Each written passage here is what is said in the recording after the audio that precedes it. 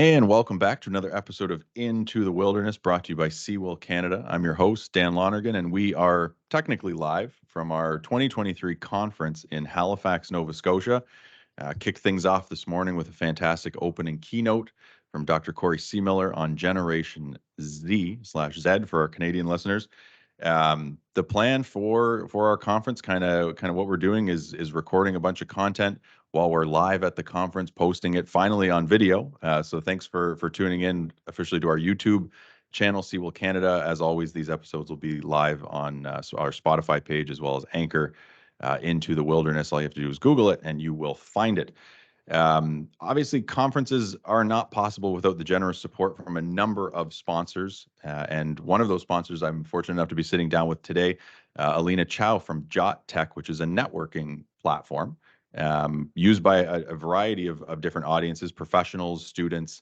And so just really interested to talk to you today about your platform, how you started it, how you see it being used. So obviously with people listening to this podcast in the work integrated learning space, working a lot with students, going out into the workplace, how do they build, their professional brand? How do they articulate what they're learning, what they're doing, and how do you do that in kind of a creative way and that isn't just the old status quo, but also building a little network for yourselves. And we're always talking to students about, you got to go to networking events, you have to network more, and it's not something that's the most comfortable, as we heard kind of this morning, for this generation to do.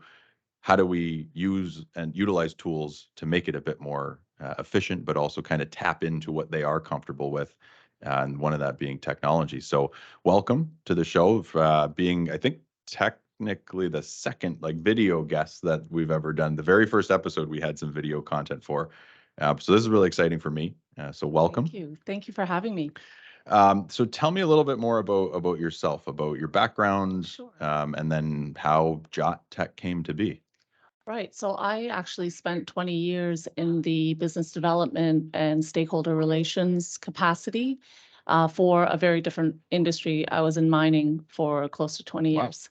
And throughout those 2 decades, I was working with publicly traded companies, helping them find investors. So I found myself traveling quite a bit to conferences, not unlike CEWIL, all over the world. And I was probably traveling about 200 days of the year. So you can imagine the number of people that I got to meet over my career coming home, always with these stacks of cards and notes written on every possible surface, like whether it's on the back of the business card or on my notepad or sometimes on a napkin. And then I would have to spend hours making sense of everything, capturing all of that context into a spreadsheet or whatever rudimentary CRM I had. Um, and so over the years, I thought there really needs to be something that I can use on my phone and while I'm on the move to capture some of those contexts so that I don't have to do all this work when I'm back at the office. Because as you know, when we're back at the office, we're busy catching up on real work as well. The mountain of emails that have piled Exactly. up, So yeah. the last thing we want to do is spend scanning business cards. So during COVID, we found ourselves with some extra time on our hands. And so some of the team members and I said, hey, that idea that we always had, let's try to prototype it and workshop it and see if we can build something that we can test with some of our audience. So we found some professionals to test it and we got some pretty positive reviews and feedback. So we continue to push it. So we officially launched Jot in September of 2022. And we partnered with UTSC to launch it into their student population so they can give it a try. And being an alumna from there, it was like going back to where I came from. So it was a full circle. The entire idea of networking, I think people have a different concept. To me, a lot of people think about networking as I'm going to go into an event and I'm going to connect with as many people as possible. And I'm going to walk out with 60 new LinkedIn connections.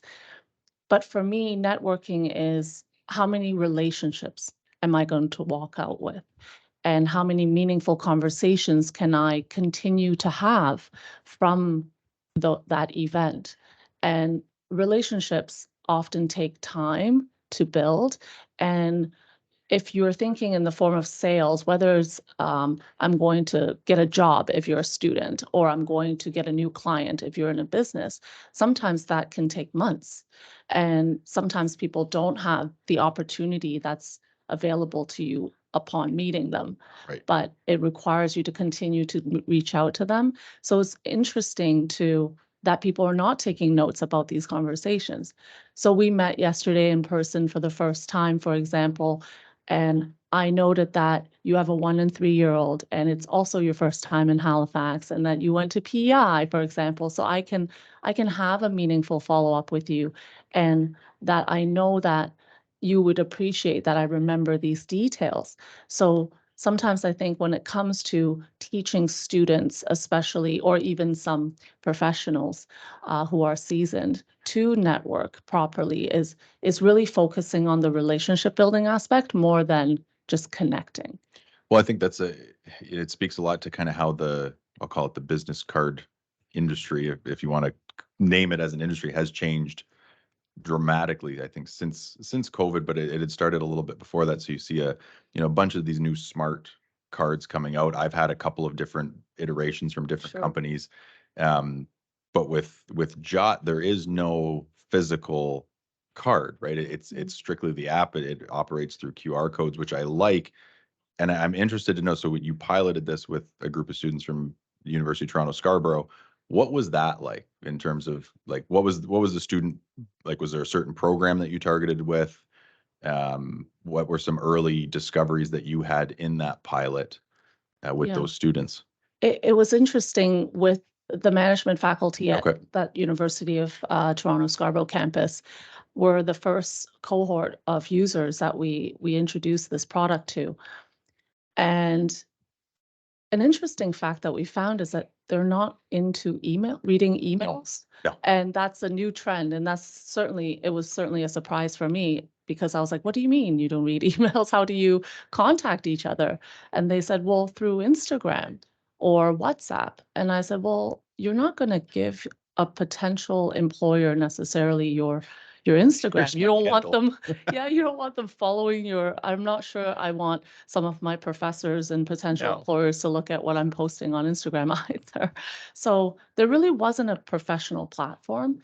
And while we appreciate, and I personally love LinkedIn for the purpose of prospecting and doing a bit of research on what someone's done in the past, it doesn't help me carry on that relationship once I'm connected with that person. And I think students saw the challenge with LinkedIn and what it presented after you connect with that person.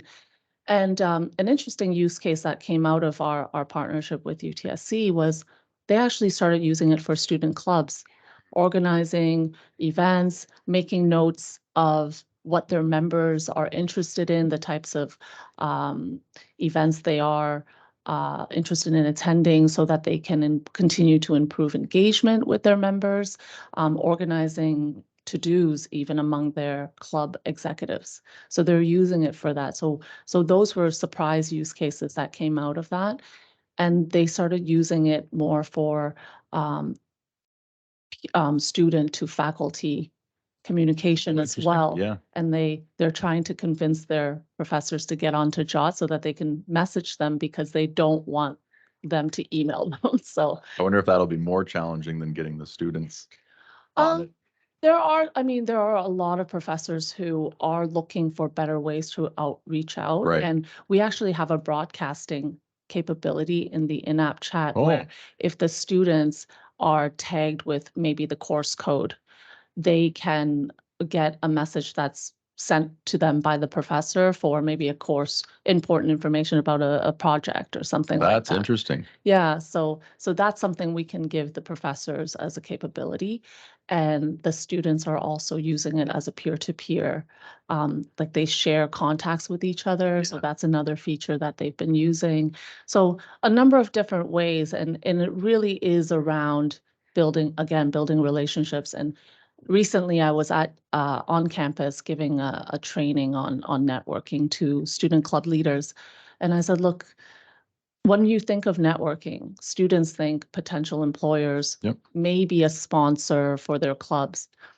But what they don't appreciate is that they are surrounded by potential champions. Because if you look around, the person sitting next to you, even though they're the same age, could potentially be a client of yours in the future, colleague, etc. So don't just network outside of the campus, also network within and keep in touch with each other. And one of the beauties of our app is, and my favorite feature, by the way, is that once you're connected on the app, no matter where you go, as soon as you update your information, if you update even your bio or your email, it'll push it to everyone you're connected with on the app. So you'll never lose touch and you'll always have your latest details of your friends and colleagues. That's really cool because I know obviously that's a huge challenge. You talk about post-secondary environments. So something like, like an alumni office, for example, and okay, you get the contact information if that's kind of how the office operates, but it's like, well, what if that changes? It's so reliant on the alumni in that case, self-identifying and then continuing to engage. Oh, hey, I don't use that email anymore. My phone number changed. And I don't know how many, if I get a new phone tomorrow and my number changes, am I gonna call up my post-secondary and be like, oh, hey, by the way, is that the first thing that goes through my mind? So that's a really interesting feature. It just, yep, everybody gets it and it's updated. Yeah, and we are talking to the alumni relations department to see if we can encourage students to use it from year one and just kind of get them used to using the platform. Right. Then, when they graduate and they see the value in having the app there to help them build relationships, that they will stay in touch with their universities. Like myself, I'm a prime example. I got an outreach from the alumni relations director saying, hey, you should come back after 20 years of being out of school and see if you can you want to get involved. And I was like, oh, well, yeah, sure. And while I'm getting involved, all of my other friends who were also alumni, they were like, how do we get involved? And I'm like, I'm like, well, reach out to this person. Yeah. But if there was a way that we can keep them in touch with each other, then maybe we can keep them informed of different opportunities to come back, and it would create a better community and a stronger. Well, and it's interesting, you mentioned kind of that example with the faculty members and target, okay, if it's in their course, they can kind of broadcast it to a group. Could you look at it that way if individuals are tagged to an institution? Can the technology handle that where something like an alumni office could broadcast to a group? Yeah, especially if you say, oh, this alumna is interested in coming back and supporting a specific topic, you can broadcast to them. So it can be quite targeted as well. And you can really start to target your comms to specific people. So people don't start thinking of it as spam and not reading. Right. Yeah. Yeah. And I mean, obviously we live in a time where that is so prevalent, and especially it seems to be kind of in the post-secondary space, the number of junk emails, spam emails that come through. And but I mean that's I think a side effect of technology that it's not new. We've been dealing with it for a long time, and there's many ways to manage that and to know what is actually worth opening and what you probably shouldn't leave in your junk folder.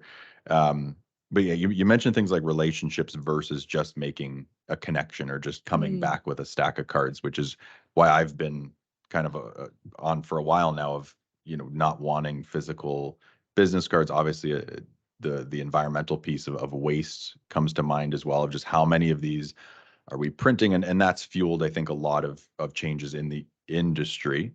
The lights just went off in here, which this thing must be this is a fun kind of motion sensor Shot in the piece. dark. Yeah. Hey, we're back. Yeah. But so how do where do you take it so we're not creating all this waste? And you mentioned things, student clubs, which I've always, I mean, I've heard about it in the past, and that student clubs or leaders of student clubs, they go and get their own business cards and it says whatever title they have. And I'm all for student clubs, and I think it's super important to get involved as a student, especially you see it a lot in business schools or faculties of management, where it gives an additional purpose to those students, especially if they want to stretch their leadership skills and push themselves, challenge themselves that way. But something like having a business card and printing however many, whatever the minimum is, if you're going to go through a website that does that, or even internally with institutions, you're probably never going to hand out the box that you get. And even as I think professional staff, like I think back to how many physical cards I've thrown away because they're now outdated. For students, I just see that being even quicker and having an even shorter lifespan, that box of cards. But also just like, what's the effectiveness from, as a student club leader to have a physical card versus something like your platform where you can manage all your contacts through. It's leveraging the technology that we have to then leverage the relationships that they're trying to build. And I'm just so interested to see that come about and how it can be utilized by students. And I think it's a no-brainer in that sense. A fun fact is that 80% or 8 out of 10 cards that are physically exchanged are actually discarded. Oh, so don't doubt it. And if it's a student, they may never have the opportunity to give someone their cards because they're too shy or they're whatever the reason is. And the live update feature on this app, what it allows students to do, because you're only going to be in that position for this academic year, all of your networking efforts in that academic year, all of those relationships that you build, you don't need to lose them after you're no longer in that position. When you're maybe the next year you've gotten a better position or you've gone to another club and you go and update your information, it gets pushed to all the connections that you've made in the past year. You can continue to drive the value from your network and continue to keep them informed of what you're being involved in. So it really does sell yourself. And as you said at the very beginning of this episode, was how do I continue to build on my personal brand? So that's a great opportunity. It's an easy, low-hanging fruit thing that you can do. And maybe talk to me a little bit about like the profile page, or that students can anyone essentially could create for themselves. I think, for a lot of people listening, okay, we're always talking to students about how to showcase, whether it's a co-op work term or if it's in the area of experiential learning, other types of work integrated learning. Where do you put something like, okay, I did a project with company X and it was highly impactful. Maybe it's a little more than just kind of a case study type thing. I've been in this line of work where it's like, okay, how do we educate students how to articulate that on their LinkedIn page? But you can't put those types of things again on a physical business card. You can put them on your resume, and I think a lot of us encourage students to do that, but it's contained, because obviously, as with the trend in resumes getting shorter and shorter, where do we leverage technology like this to highlight some of that? So the Jot profile is basically what I describe as a short overview or a highlight of who you are. And it allows you to showcase everything about you in using one link.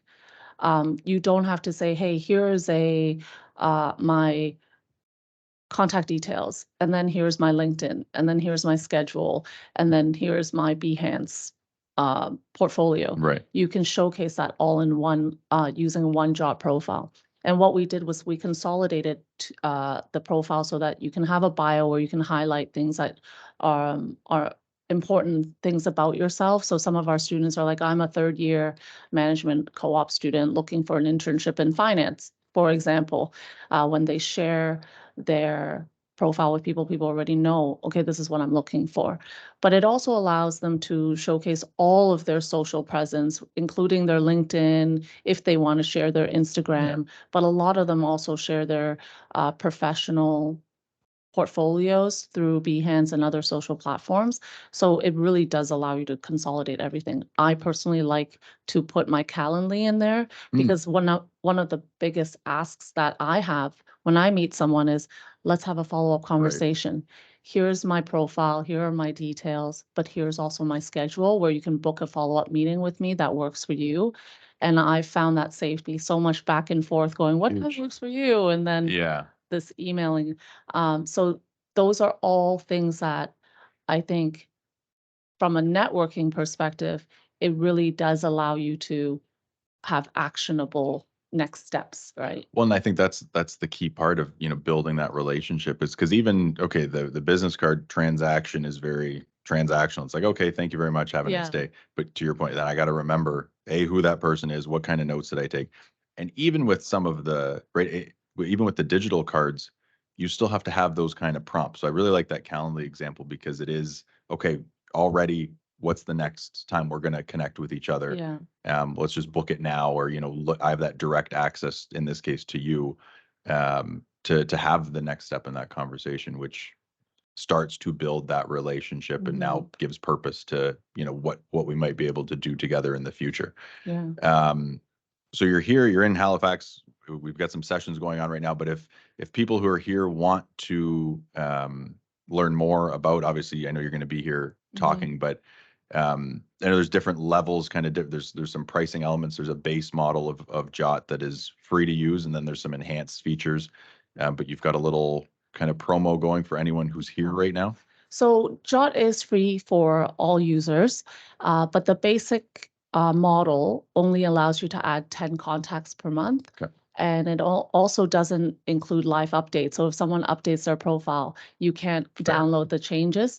And it also doesn't allow you to customize your card. So Jot Pro allows you to add your own colors and your logo to the Jot profile so that when people scan it, you get that branding that you want to differentiate yourself.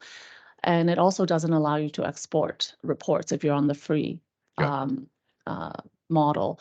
So what we're doing is promoting only for CEWIL delegates during this week. If they are interested in Jot Pro, they can actually buy a 5-year subscription for $100. And usually it's $50 a year. So it's quite the deal. And we want to push it to or promote it to all the delegates because we want them to see it for themselves before they promote it to their students, the value of this. Right. And what I've been doing is adding everyone onto my Jot and tagging everyone CEWIL 2023. So when I get home, I can easily recall that list and pull it up so I can start sending my follow-ups and hit the ground running. Absolutely. And so for anybody listening to this beyond June 21st, discount probably does not apply. But if you're listening to this during the conference, be sure to connect with Elina. You can obviously check in our registration table, and then they can make the connection that way. And I think if it is something that our delegates are interested in, maybe not for them personally, but potentially for their students, or I see tons of usage in this, like you mentioned, with student clubs, potentially alumni offices, even career education, career service offices, in terms of how we educate our students to approach networking.